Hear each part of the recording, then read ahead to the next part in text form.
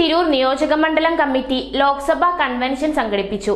AK Abdul Majeed master പരിപാടി ഉദ്ഘാടനം ചെയ്തു. SDPI തിരൂർ നിയോജകമണ്ഡലം കമ്മിറ്റി തിരൂർ ചേംബർ ഹാളിൽ ലോക്സഭാ തെരഞ്ഞെടുപ്പ് കൺവെൻഷൻ നടത്തി.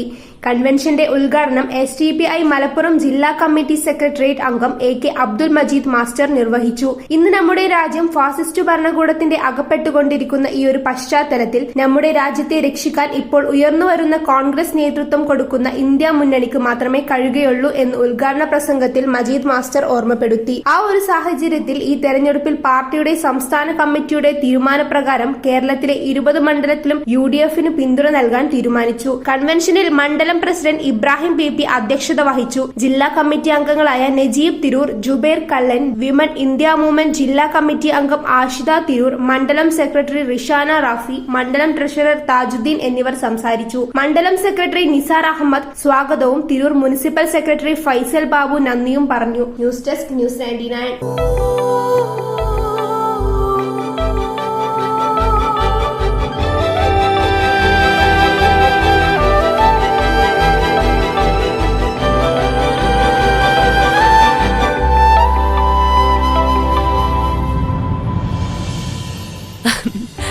ഓരോ മുഹൂർത്തങ്ങൾക്കും അതിൻ്റെതായ സന്തോഷങ്ങളുണ്ട്. അതിൽ ചിലത് ഒരിക്കലും മറക്കാൻ പറ്റാത്തതും.